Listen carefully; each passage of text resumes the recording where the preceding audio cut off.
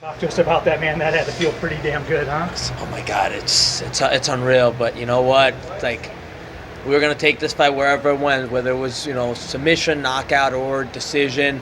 You had to make. I want to make a statement. Especially after my last hard fought fight, it didn't go my way, but I wanted to make an impressive comeback. Talk about that one. I mean, how much pressure did you put on yourself after that fight in the Garden, knowing that you wanted to bounce back from the loss?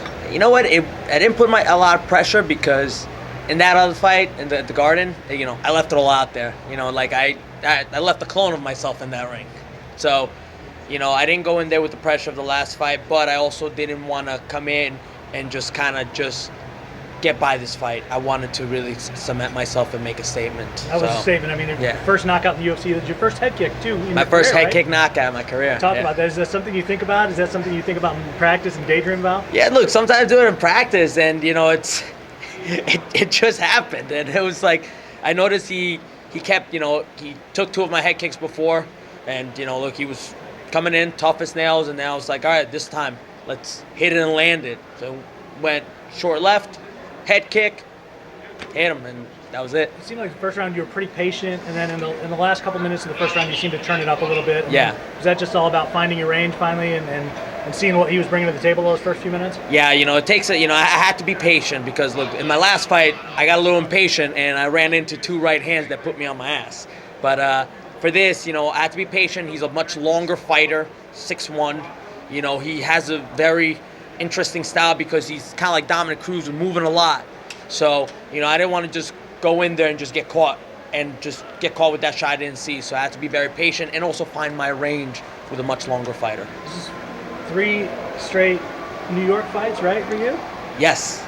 Even though, it's not like it's like right in your backyard. It's still New York. You're a long state away, but eventually you're not going to fight in New York, right? I know, But have you felt kind of the home state advantage? Yeah, it's so awesome because look, my only time out of New York was in Boston, but then it was at the Garden. I fought in Utica, now here, still in the New York area, so it's awesome. And I know you didn't call anybody out there in the cage with Paul, but you've had 45 minutes to think it over. Yeah, I'm not that kind of guy. It's like whoever wants to fight, they can come and fight. Just I don't really call people out. It's whoever's not going to be available. I'm working my way up the ranks, but I'm not in a position to call anybody out. So whenever anyone is free, that's ready to fight, I'm going to heal up, get back in the gym, start training, and just be ready for the next one. How about a time frame? Any thoughts on when you want to get back in there? No time frame. I've been just busy nonstop. So I'm gonna take a little bit of time off. Probably take a little vacation. I know me and my girlfriend want to go away for a little bit. We haven't taken a vacation in a while, so because we've been focused on just fighting. So I always give her a shout out, Adrian Campbell. Thank you for being my rock. But just want to take a little time off, but nothing crazy, and just enjoy, and then right back into training. So, as that fight kind of built, the pace picked up as it went on. Did it feel almost like a finish one way or the other was going to be inevitable?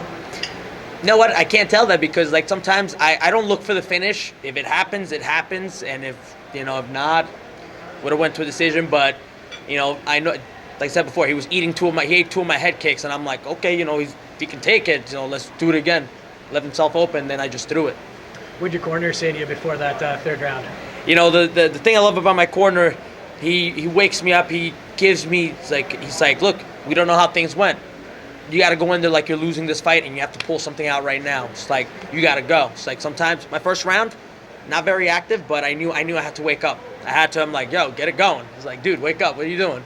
Second round, I started picking it up more. Then third round, had my range working, and then boom, closed it off. We didn't want to leave it into the judges' hands. It was a very tough performance on both of your guys' parts, but I noticed he kept dropping his hands a bit. Did you try to time the head kick for that, or were you just trying to throw it anyways?